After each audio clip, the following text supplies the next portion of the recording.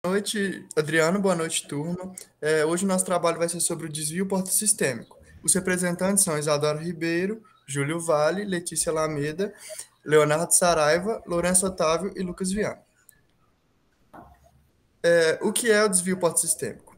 O DPS, ou shunt portosistêmico, é uma anomalia circulatória hepática que acomete mais comumente os cães.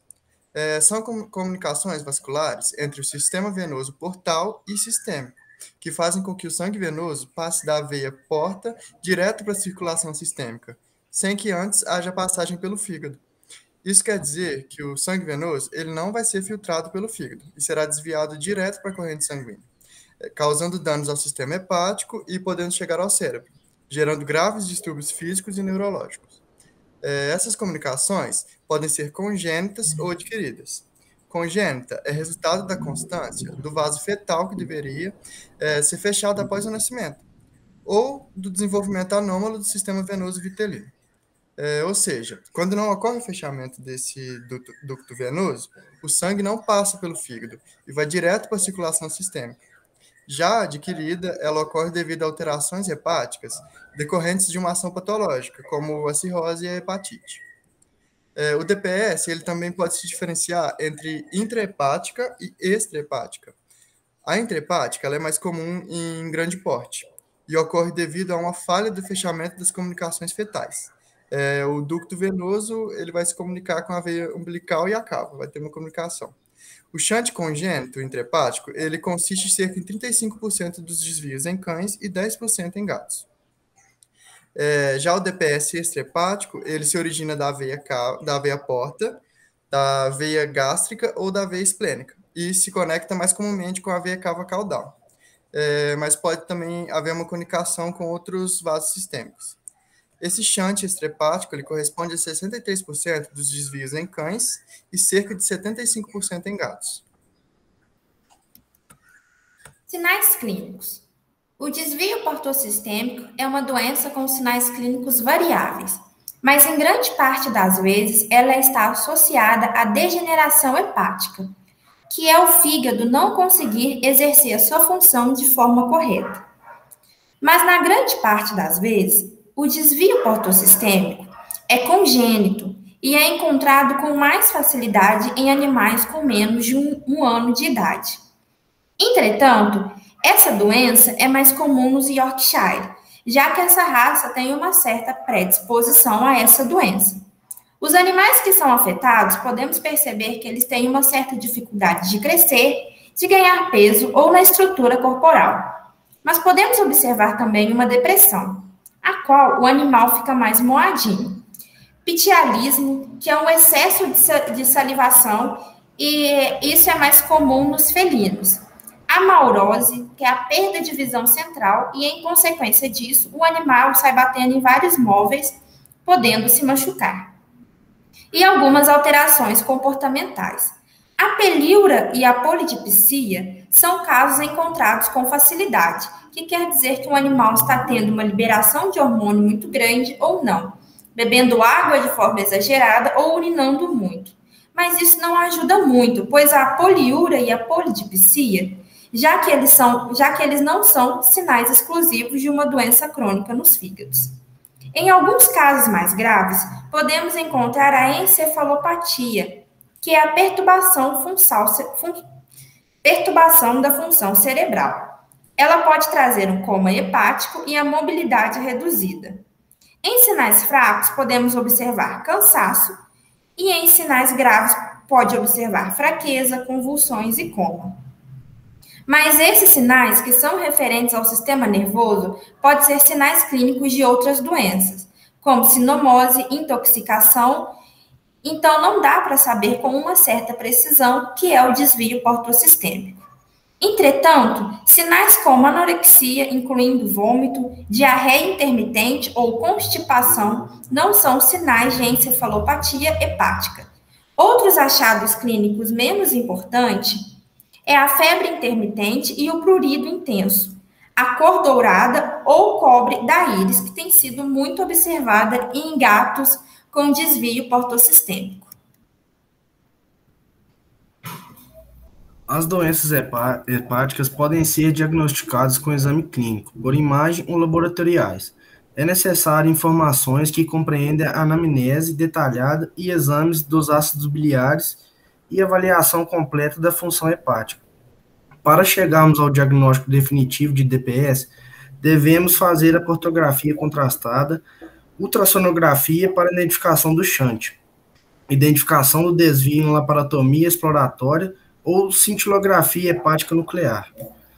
A portografia contrastada é o método mais simples e eficaz, mas a cintilografia, se disponível, é conhecida como o procedimento não invasivo mais confiável para comprovação da existência do desvio portosistêmicos em cães e gatos. O teste de tolerância de amônia também é muito eficaz ao diagnóstico de DPS.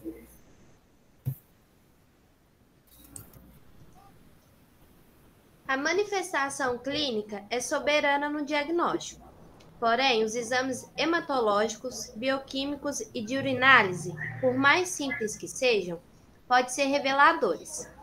Exames complementares como a ecografia de abdômen, raio-x de abdômen, tomografia computadorizada e exames para dosagem de sais biliares são fundamentais para a confirmação diagnóstica, sendo ferramentas valiosas. No caso da ultrassonografia abdominal com Doppler, possui maior eficácia no diagnóstico de DPS, pois tem a capacidade de fornecer informações precisas sobre a hemodinâmica dos vasos anômalos. E no caso da associação do método US-Doppler com testes específicos, aumenta a sensibilidade diagnóstica e a taxa de sobrevivência dos animais com DPS.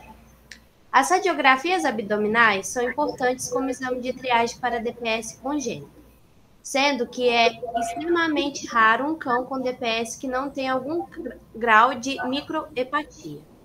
E, por fim, o hemograma, que pode evidenciar microcitoses com eritrócitos normocrômicos, células em alvo e anemia arregenerativa leve, sendo notório ver baixos níveis séricos de albumina, sendo um achado comum. No entanto, alguns cães e a maioria dos gatos portadores de DPS possuem valores normais de albumina. Tratamento. O tratamento definitivo é cirúrgico, por meio da correção da anomalia vascular. Porém, alguns pacientes podem apresentar sinais neurológicos graves e de difícil controle, mesmo após essa correção. A cirurgia é contraindicada na presença de hipertensão portal. Não há correção cirúrgica para o shunt portosistêmico adquirido. Esses pacientes devem ser tratados apenas clinicamente, onde alguns conseguem qualidade de vida em longo prazo. Antes de submeter o animal ao procedimento cirúrgico, é muito importante estar atento às suas condições, se ele está devidamente preparado para a cirurgia ou não. Deve-se ter muito cuidado com a anestesia, já que muitos fármacos anestésicos são metabolizados pelo fígado, se apresenta insuficiente em caso dessa anomalia. Assim, a metabolização dessas drogas fica reduzida. A complicação mais comum da manobra cirúrgica é a hipertensão portal, que ocorre quando se faz uma ligação total do vaso anômalo. A técnica cirúrgica deve ser realizada com o objetivo de ligar este vaso para então corrigir o desvio do fluxo sanguíneo. Atualmente, ao invés de se fazer a ligação do vaso através dos fios de sutura, utiliza-se constritores ameroide. Outra técnica utilizada atualmente para ocluir o vaso anômalo é a utilização de faixa de papel celofane envolvendo o vaso. A ligadura ou atenuação do shunt pode ser extremamente desafiadora, porque muitas vezes o vaso é de difícil localização.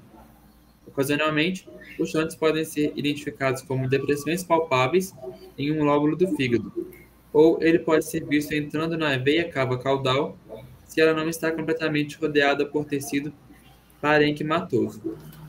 É importante que a oclusão do vaso seja gradual, e após essa oclusão parcial do vaso, as vísceras devem ser observadas, a fim de avaliar a ocorrência de cianose e congestão, indicativos de aumento de pressão portal. A morbidade pós-cirúrgica é causada pela hipoglicemia. A mortalidade cirúrgica é baixa em caso de desvios extra-hepáticos simples. Na maior parte dos casos, a melhora já ocorre no primeiro dia pós-cirúrgico. Há estudos que revelam que de 2 a 4 meses após a cirurgia, o fígado do animal já se regenera. Após a cirurgia, o tratamento clínico também deve ser feito até que ocorra a melhora das funções hepáticas. Esse tratamento é paliativo e visa o controle da encefalopatia e insuficiência hepática. A terapia medicamentosa se consiste em antibióticos para reduzir a população bacteriana produtora de urease e de lactulose, e da dieta hipoproteica. Essa dieta também ajuda na não formação dos uratos. Entretanto, afirma-se que pelo fato de o DPS congênito ser muito comum em animais em fase de crescimento, não é recomendada a restrição proteica por um período longo antes da cirurgia. O tratamento clínico a longo prazo pode ser eficiente por até 2 anos, em alguns casos. Sabe-se que muitos cães tratados clinicamente, por muito tempo, não ficam normais completamente, apresentando sinais neurológicos refratários, pois o tratamento clínico não é capaz de reverter a microhepatia e as alterações do metabolismo de carboidratos, lipídios e proteínas. Terapia de fluido intravenoso para substituir e manter a hidratação é necessário se o animal apresenta reclinada e incapacidade de beber água, ou desidratação devido à perda de fluidos por gastroenterites.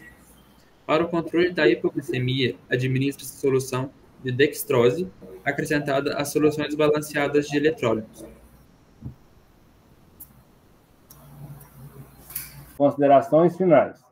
Concluímos que achante porto sistêmico é uma anomalia vascular, onde o sangue que é drenado para o fígado é desviado e vai direto para a veia cava. O fígado é o responsável por metabolizar as substâncias e toxinas presentes no sangue.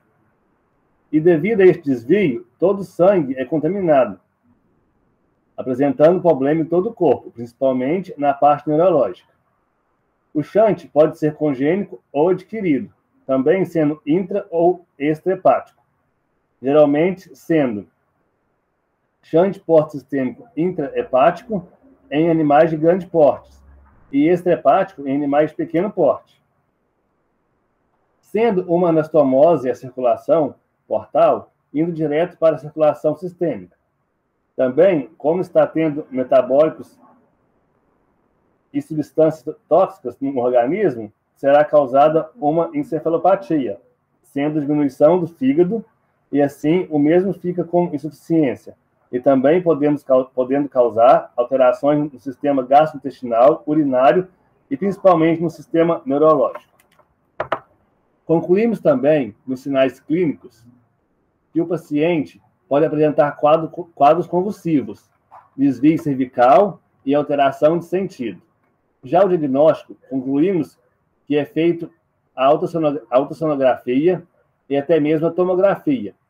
E em correção, concluímos que só é feita a correção cirúrgica quando o shunt é congênito, já quando é adquirido, é tratado apenas com fármacos.